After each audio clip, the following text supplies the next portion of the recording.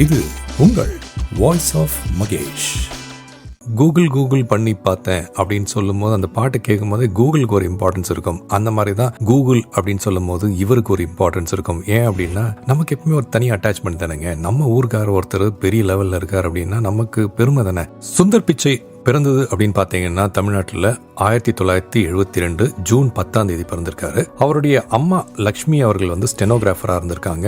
அவங்க அப்பா வந்துட்டு ரகுநாத பிச்சை, அவர் வந்து எலக்ட்ரிக்கல் இன்ஜினியராக ஜிஇசியில் ஒர்க் பண்ணாரு. இவர் எலக்ட்ரிக்கல் இன்ஜினியராக ஒர்க் பண்ணியிருந்தாலும் அவங்க அப்பா வந்துட்டு ஒரு மேனுஃபேக்சரிங் பிளான்ட், அதாவது எலக்ட்ரிக்கல் காம்பனன்ட்ஸ் ப்ரொடியூஸ் பண்ணக்கூடிய ஒரு மேனுஃபேக்சரிங் பிளான்ட் வச்சுட்டு இருந்தாரு. ஸோ இவங்க அப்படி வளர்ந்து வந்தாலுமே அவங்க வளர்ந்த சூழ்நிலை பார்த்தீங்கன்னா ரொம்ப ஒரு கிராம்ப்ட் ஸ்பேஸில் தான் இருந்ததாக சொல்கிறாங்க. நிறைய டெனன்ஸ் இருக்கக்கூடிய ஒரு காம்ப்ளெக்ஸில் தான் அவங்க வளர்ந்ததாகவும், அதே சமயத்தில் அவங்க தூங்குறதே வந்து லிவிங் ரூமில் தான் தூங்குறதா சுந்தர் பிச்சை வந்து சில இன்டர்வியூஸில் சொல்லியிருக்காரு. அதாவது சுந்தர் பிச்சை அவர்கள் படித்தது பார்த்தீங்கன்னா school Jawahar Vidyalaya senior secondary school Ashok நகரில் படிச்சுட்டு, அதுக்கப்புறம் அவருடைய 12வது வந்து வனவாணி ஸ்கூல், அது ஐஐடி பக்கத்தில் இருக்குது, அந்த ஸ்கூலில் படித்து முடிச்சதாக சொல்கிறாங்க. அதுக்கு படித்து முடிச்சுட்டு இவர் வந்து பார்த்தீங்கன்னா ஐஐடி கரக்பூரில் மெட்டலர்ஜிக்கல் இன்ஜினியரிங் இதை படித்து முடித்தார். அதுலேருந்து ஒரு டிஸ்டிங்கிஷ்ட் அலுமினஸாக வந்த இவர் நிறைய படிக்கணும்னு ஆசைப்பட்டு இவருடைய எம்எஸ் மாஸ்டர் ஆஃப் சயின்ஸ் வந்து எங்கே பண்ணோன்னு பார்த்தாருன்னா ஸ்டான்ஃபோர்ட் யூனிவர்சிட்டியில் அட்மிஷன் கிடச்சி அங்கே வந்து மெட்டீரியல் சயின்ஸ் அண்ட் இன்ஜினியரிங்கில் மாஸ்டர்ஸ் ஆஃப் சயின்ஸை ஸ்டான்ஃபோர்டில் முடிச்சுட்டு அவருடைய படிப்பு ஆர்வம் இன்னும் குறையலை. அதனால் இன்னொரு நம்ம வந்து ஏதாவது பண்ணணுமே சொல்லிட்டு எம்பிஏ, அது வந்து Wharton school of the university of பென்சில்வேனியாவில் அங்கே படித்து முடித்தார்.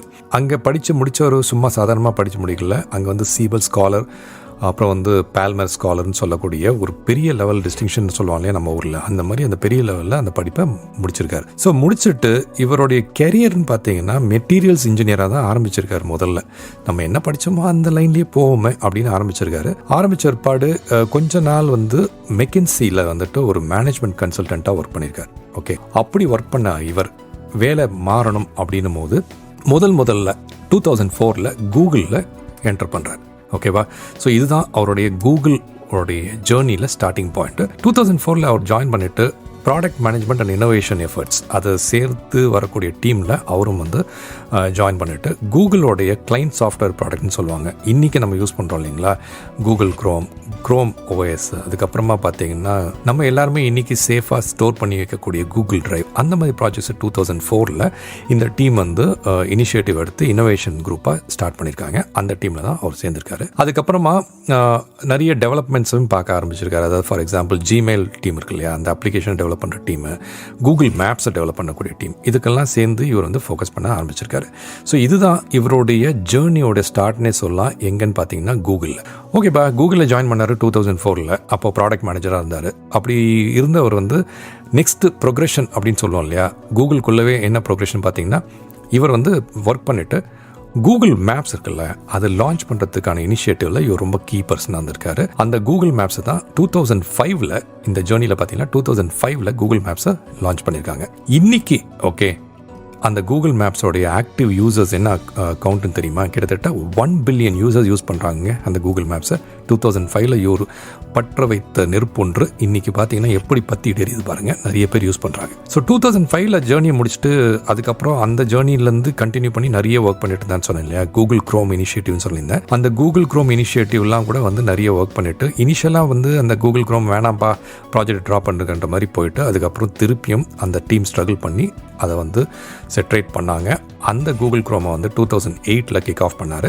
அப்படி கிக் ஆஃப் பண்ண அந்த ப்ராஜெக்ட்டு இன்னைக்கு மார்க்கெட் ஷேர்னு பார்த்தீங்கன்னா 64.8% மார்க்கெட் ஷேர் இருக்குது கூகுள் க்ரோமுக்கு. ஸோ அந்த அளவுக்கு அது வளர்ச்சி பெற்றிருக்குன்னே சொல்லலாம். அதே 2008 இவர் வந்து என்ன பண்ணாங்கன்னா கூகுளுக்கு வைஸ் பிரசிடெண்ட்டாக ப்ரமோட் பண்ணாங்க. ஸோ இது வந்து அவரோட கெரியரில் ஒரு பெரிய மைல்ஸ்டோன் அப்படின்னு சொல்லலாம்.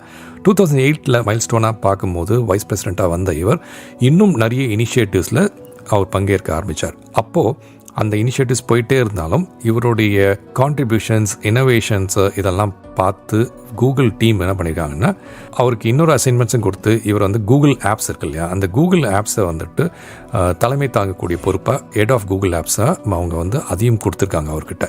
ஸோ அப்போ தான் வந்து 2012 இவர் வந்து அந்த கூகுள் ஆப்ஸோடைய அதை ஃபோக்கஸ் பண்ண ஆரம்பிச்சிருக்காரு. 2012 அப்படி ஆரம்பித்து கூகுள் ஆப்ஸ் எல்லாம் நம்ம நல்லா ப்ரமோட் பண்ணணும் அப்படின்னு சொல்லிட்டு 2013 இவருக்கு இன்னொரு ப்ராஜெக்ட் எக்ஸ்ட்ராவாக கொடுத்துட்டாங்க.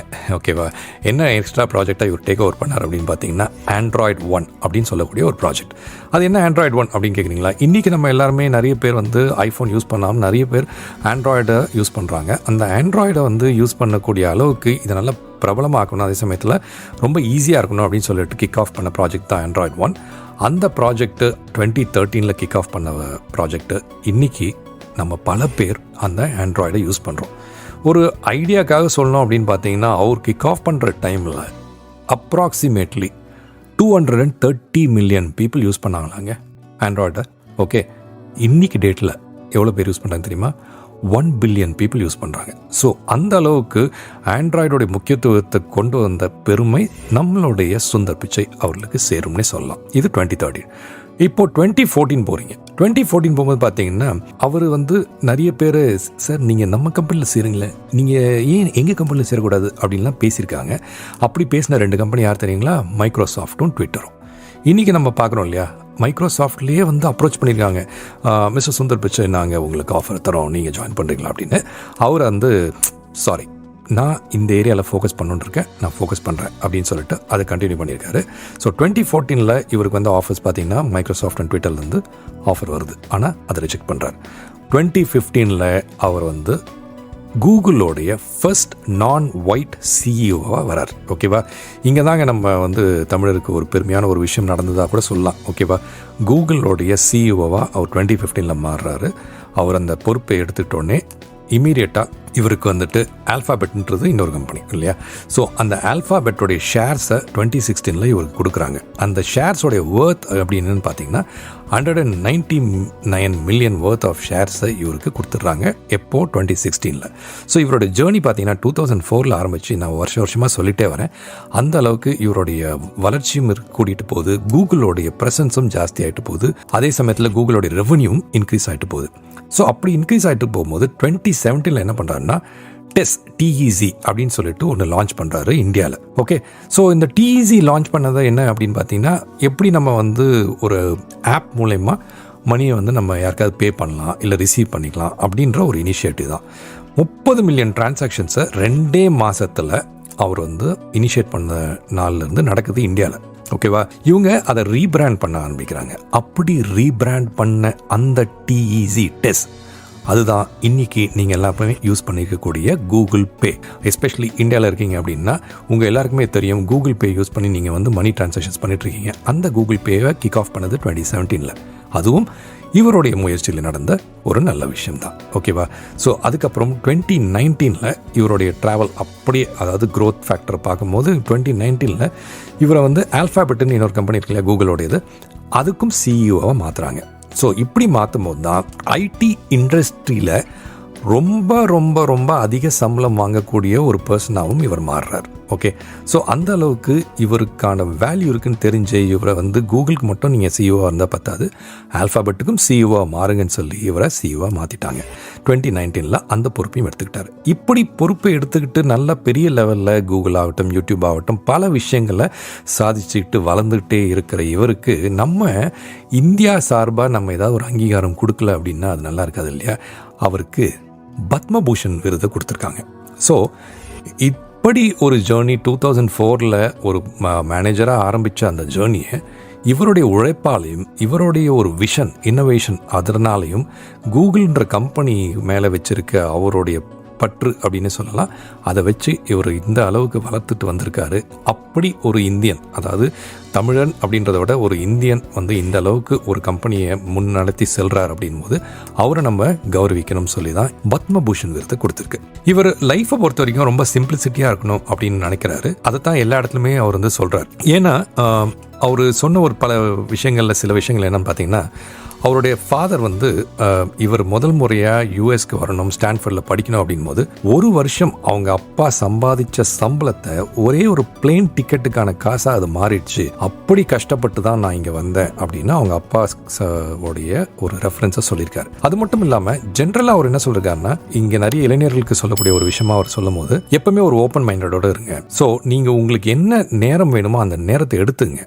எதுக்குன்னா உங்களுக்கு வாழ்க்கையில எது எக்ஸைட் பண்ணுதோ அதை நோக்கி நீங்க பயணம் செய்யுங்க. ஆனா அதே சமயத்துல உங்களுடைய அப்பா அம்மாவோ இல்ல உங்களுடைய ஃப்ரெண்ட்ஸோ இல்ல உங்களோட ரிலேட்டிவ்ஸோ என்ன நீங்க பண்ணணும்னு நினைக்கிறாங்களோ அதை நீங்க பண்ணாதீங்க. உங்க மனசுல என்ன பிடிச்சிருக்கோ இல்ல இந்த சொசைட்டி உங்களை என்ன பண்ண நினைக்குதோ அதை நீங்க ஃபோக்கஸ் பண்ணாதீங்க. உங்களுக்கு என்ன பண்ணணும்னு தோணுதோ, உங்களோட பேஷன் என்னன்னு தோணுதோ அதை நோக்கி நீங்க பண்ணுங்க. அப்படி நீங்க கண்டினியூஸா பண்ணீங்கன்னா உங்களோட லைஃப்லயும் நீங்க வெற்றி பெறுவீங்க அப்படின்னு சொல்லிட்டு தான் இவர் எல்லா இடத்துலயும் பேசக்கூடிய விஷயங்கள்ல இதை முக்கியத்துவப்படுத்தி சொல்றாரு. ஸோ அந்த விஷயத்தோட இப்போ உங்களுக்கு கூகுளோடைய சுந்தர் பிச்சை அவர்களுடைய ஜேர்னி ஸ்டோரியை கம்ப்ளீட் பண்ணிக்கலாம். மீண்டும் அடுத்த எபிசோட்ல ஒரு நல்ல இன்ஃபர்மேஷனோட உங்களை சந்திக்கும் வரை விடைபெறுவது உங்கள் அன்பு மகேஷ்.